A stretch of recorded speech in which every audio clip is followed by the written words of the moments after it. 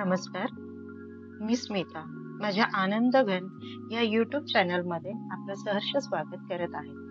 या आपल्या कथावाचक चॅनलमध्ये आज आपण साद देती हिमशिखरे हे कैलासवासी G.K. प्रधान यांच्या towards the silver crest of Himalaya या कादंबरीचा केलेला अनुवाद याचं आपण क्रमशः वाचन करणार आहोत. तर चला मंडळी, सुरू करूयात. साद देती हिमशिखरे, भाग पहिला. मी टेकडी चढत होतो. सगळीकडे अंधुक अंधुक दिसत होते.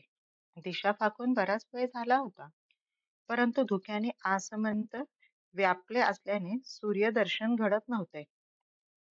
सभोवताली नीरव शांतता पसरली होती. शांत, गंभीर. दूर दूर कुठेतरी पक्ष्यांच्या कूजनाने त्या शांततेचा भंग होत होता तेवढाच. किती कठीण होती ती चढण, पण ती चढण चढून चालण्याचे श्रम झाल्याने इतकी झोंबरी थंडी असूनही अंगभर एक गोड उबदार शिरशिरी जाणवत होती. कसल्याशा गाण्याची लकेर गुणगुणत मी ते गिरीशिखरावर आलोही. एव्हाना सूर्यबिंब कितीतरी वर आले होते आणि त्यामुळे आसमंत उजळून जे दृश्य समोर ठाकले होते ते इतके आल्हाददायक होते की जीव नुसता उल्हासाने फुलून आला. मनात येऊन गेले, एवढे श्रम घेतले त्याचे चीज झाले. किती सुंदर, किती नयन मनोहर. जिकडे पाहावे तिकडे सभोवताली बर्फाच्छादित शिखरे सुवर्ण मुकुट घातल्यासारखे दिसत होते. खालच्या सपाटीवरही बर्फच बर्फ पसरले असून जिथे जिथे ते सूर्याच्या उष्णतेने वितळत होते तिथे तिथे हिरवळीची छटा अधूनमधून डोकावत होती. सभोवतालचे विहंगम दृश्य, बालसूर्याचे ते गोजीरवाणे लाल लाल रूप, मंद शीतल वाऱ्याची झुळूक, निस्तब्ध शांतता, सारे सारे इतके आल्हाददायक होते की त्या थंडीतही मला हलके फुलके झाल्यासारखे वाटत होते. उत्साहाला जणू उधाणच आले होते. त्या भरात समोर दिसणाऱ्या दुसऱ्या टेकडीवरही चढून जावे, किती मज्जा येईल, अशा विचाराने मी 2 पावले टाकली देखील. तर पाठीमागे कुणीतरी असल्याची जाणीव झाली. जनता संपर्कापासून खूप दूर दूर अभूतपूर्व अशा सौंदर्याचा निर्भेद अनुभव घ्यायला मी ह्या गिरीशिखरावर आलो आहे, अशी माझी कल्पना. पण त्या बेभान स्थितीतही ही चाहूल लागल्याने मी एकटा नाहीये या जाणीवेने थरकलो आणि एकदम दचकून मागे पाहिले. माझ्यापासून थोड्याच अंतरावर भगवे वस्त्र परिधान केलेला एक संन्याशी उभा होता.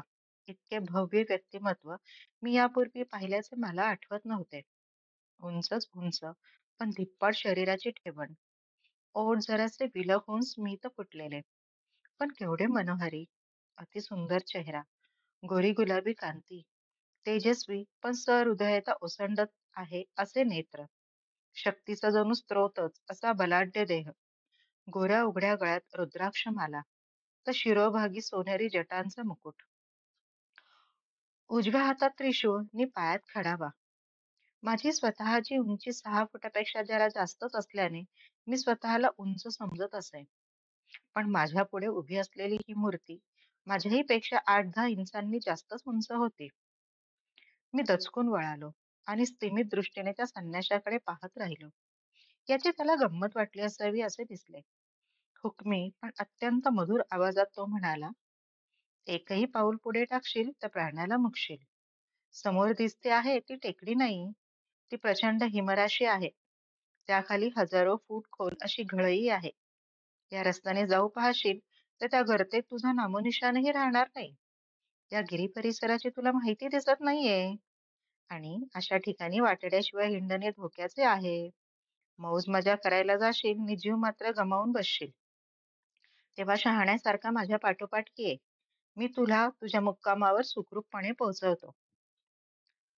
केवढ्या भयंकर संकटातून मी वाचलो या कल्पनेने मी लीन होऊन अभिवादन केले आणि म्हटले, महाशय, आपण कोणीही असा.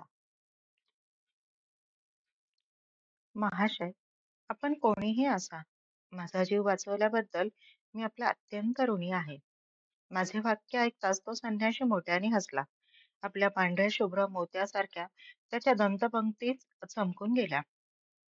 अगोदरच उशीर झाला आहे, तेव्हा झपाझपा पाय उचल, नाहीतर वितळणाऱ्या बर्फातून डोंगर उतरून जाणे धोक्याचे होईल, तो म्हणाला.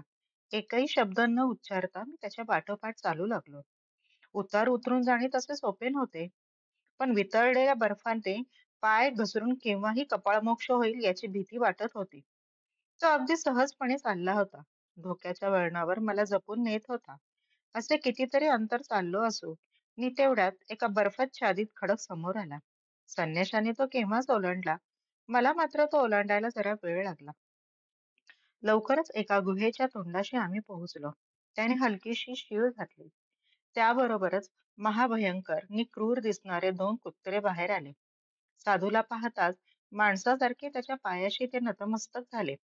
त्याने त्या दोन्ही धुडांना सहज नि ममतेने उचलून आपल्या बाहूत घेतले.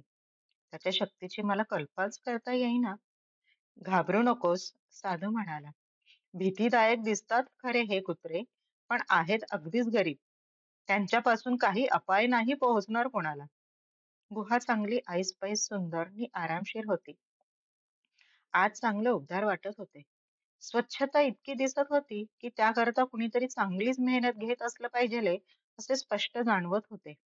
व्याघ्रांबर, मृगजीन नि काळविटाची कातडी यांनी सर्व जमीन आच्छादलेली होती. पण त्यातही सौंदर्यदृष्टी दिसत होती. एका कोपऱ्यात मऊ मऊ लोकरीची पांघरुणे नीट घड्या घालून ठेवली होती. दुसऱ्या कोपऱ्यात चौकोनी स्थंडिलांमध्ये अग्नी धुमसत होता. वरच्या झरोक्यातून साऱ्या गुहेत उजेड पडला होता. पण कुठूनही त्यामधून बर्फ किंवा पाणी ओघळताना दिसत नव्हते. कसला तरी मंद, मधुर सुवास साऱ्या वातावरणात दरवळत होता. सारे दृश्य आणि वातावरणच इतके स्वर्गीय, सुख, शांती, समाधानाचे वाटत होते की नास्तिकातल्या नास्तिकालाही तेथे काहीतरी दैवी, पवित्र, असामान्य आहे असे कबूल करायला लागले असते. साधूने मला बसायला सांगितले आणि म्हटले, तू दमला आहेस, थोडी विश्रांती घे. तुझा श्रम परिहार करण्यासारखे मला काही देता येते का ते पाहतो. त्याने आपले हात पसरले नि काय नि कसे झाले मला कळलेच नाही. त्याने आपल्या हाताने गरम गरम दुधाचा लोटा माझ्या पुढ्यात ठेवला नि म्हटले, एवढे दूध घे, म्हणजे तुला कसे ताजेतवाने वाटेल. गाईच्या दुधाची या जगात उत्साह नि शक्तिवर्धक दुसरी वस्तू नाहीये. मी खरोखरच थकलो होतो. मला तहान लागली होती. त्या स्थितीत गरमागरम दूध म्हणजे जे हवं ते मिळाले असे केव्हा नसून जणू जणू परमेश्वरी वरदानच वाटले. किती मधुर नि आल्हाददायक होते ते. मी ते सारे दूध प्यालो नि रिकामा लोटा खाली ठेवला.